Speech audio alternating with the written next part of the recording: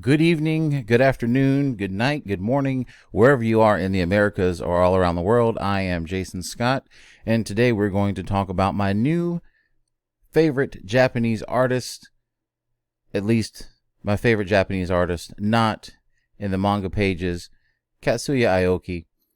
Today we're going to talk a little bit about her. If you recall, around Module 1, I think, I did a brief presentation on a few of her pieces. In Yellow Dig Forum, for my final project, I did a bit of a biographical sketch of her on the essay part, and for this, I want to talk about a little bit of biography, but also about how her work has gotten increasingly complex over the last several years, and show some examples of that. And since I'm limited to about 5 or 6 minutes, let's get started. First things first, the artist, born in 1972 in Japan, has her BFA in painting or MFA in ceramics. She's been exhibited all over the world since she began as a professional artist in 1998, which is when her first solo exhibition happened. And all her work is handmade using traditional porcelain making techniques. Making porcelain has tremendous history in Japan. For those of you that are interested in that, that is a very, very deep dive. That's a very interesting dive in both the history of Japan as a nation and also the history of artists in Japan. Here's a picture of the artist at work.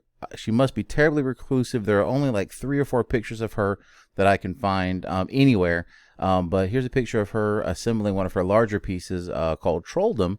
And you can see just in the detail of this photo, the individual porcelain pieces just snap together. She has a very refined process of her work, but she handles all of it by herself, which is something I admire. We're going to look at this piece called Record. It's from 2001. Obviously, it is a chandelier, which features a lot of different types of features. I apologize for using feature twice in one sentence, but you take my meaning. Throughout the piece is very big, 1,730 millimeters, very tall from top to bottom.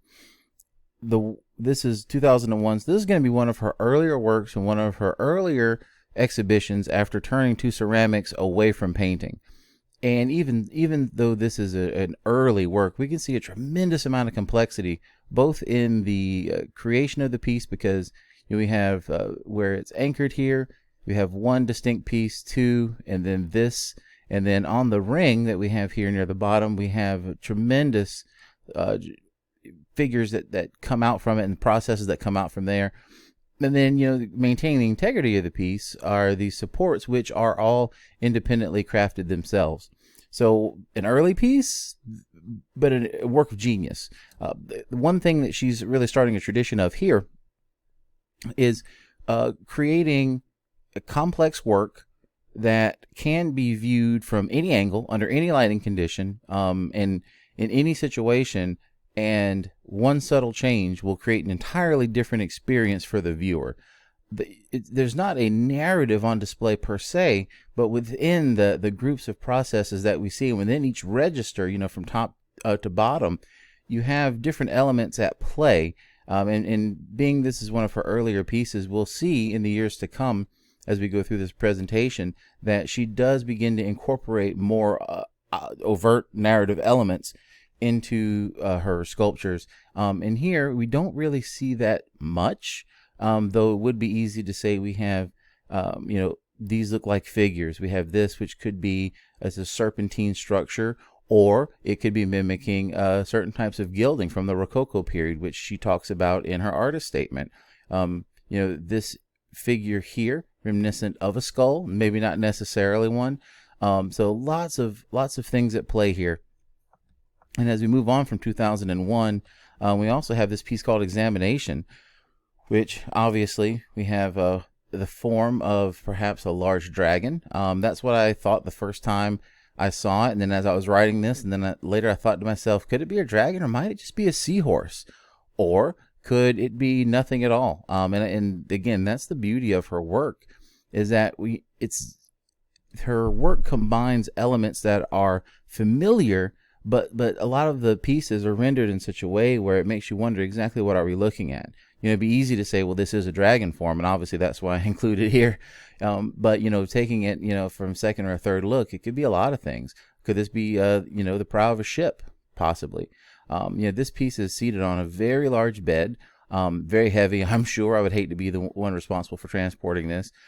And, here we have a distinct second figure, which is a squid-like form or some other cephalopod on what may be a rock. And again, this could be representative of a ship. It could be representative of land, because if we were to look at it from, just from elevation, we have maybe the sea floor, and then we have it rising to land in the cephalopod here, which can exist, in both, is kind of the bridge between the two. Might be reaching there a little bit, but that's what she goes for in her work, is to try to get people to question their familiarity with certain elements and ask why these elements exist, and to manipulate the conditions just so that if you were to see a piece under different circumstances, you may see something different entirely.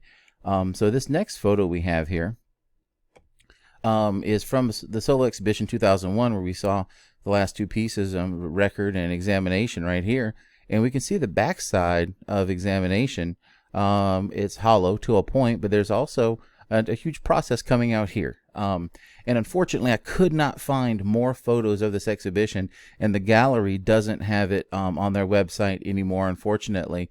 But what you can see from just this one static shot available on her amazing website is that these pieces all represent different elevations, different styles, different conventions, and they all create incredible narratives within themselves, and together they create one image or one narrative that you put together in your head. If one were to walk through this, as light changes and the textures of the porcelain become revealed or hidden, then we have something completely different at play. We have different thoughts that get brought to the surface, different emotions that come out when we see this. And she likes to use the phrasing that her work represents both the vulgar and the divine. And we see that with some of the low versus high elements in her later works, but also in these earlier pieces, you have such fine, I'm going to go back real quick, you have such fine elements of record right here. They're so delicate, right? And so just it creates a feeling of caution. And then in the same installation right next to it, you have this monstrosity, which is huge and it's brute, and it's such an authoritative piece. And then it's decorated with very finely crafted little pearls and little spines and processes here. So her work, works on so many different axes of, vulgar versus divine, masculine versus feminine, strength, versus insecurity. She plays at that quite a bit with her sculpture. Now, so this is from 2001. So we fast forward a couple years and we get to the Predictive Dream series. Today I'm going to talk about Predictive Dream 15 as we start to wrap up here. The Predictive Dream series put her on the map internationally in the auction circuit, because these skulls that she made began to sell for record sums. And what we see in Predictive Dream 15 is obviously the side view of a skull-like object. Most of the skulls in the series are larger and obviously heavy. Well, maybe not heavier, but larger than a real skull. Obviously heavily stylized, right? We see the jaw as almost its own process here. But then we see so many curves and spines, and we see, just wave upon wave of contrast here, and creating so many different values, because the way this is lit, obviously from above, but also from the side. So there's not a lot of darkness underneath, but inside there is a tremendous amount of darkness. So we've got so many different values here on a monochromatic piece, which adds to the mystique of her work, is that there is no pigmentation here. There is no color there. The texture is for the most part implied because the porcelain is so smooth, except in those areas where she manually manipulates it to create some texture. Just an incredible series here. And this is one example. And on the next slide, I want to just compare the piece from the side view and from the front. From the side and the front, you would almost not know this was the same piece, because the work is so complex and it's just so hard to imitate that it's from the side we obviously have a skull, and from the front we have what looks like a skull, but it'd be very hard to determine these are the same objects unless you knew. And we can see, like, in the cavities where the eyes are, for instance, very similar, but it's not symmetrical, right? It's almost organic. It shows a commitment to craft where she's creating something that should be symmetrical and it should be perfect, but it isn't. And in that fine line of insecurity that's created by recognizing that uncanny valley, so to speak, is where she really wants her viewers to go. And I think she does a tremendous job of getting us there with pieces like this. If you're at all interested, here is her website. It is amazing, though it hasn't been updated in a bit, like most artist websites, but it has everything you need to know to learn more about her and also to contact her. And it also has high-res galleries of all of her work. So thank you for listening. Have a great semester and stay safe out there. Remember to wash your hands.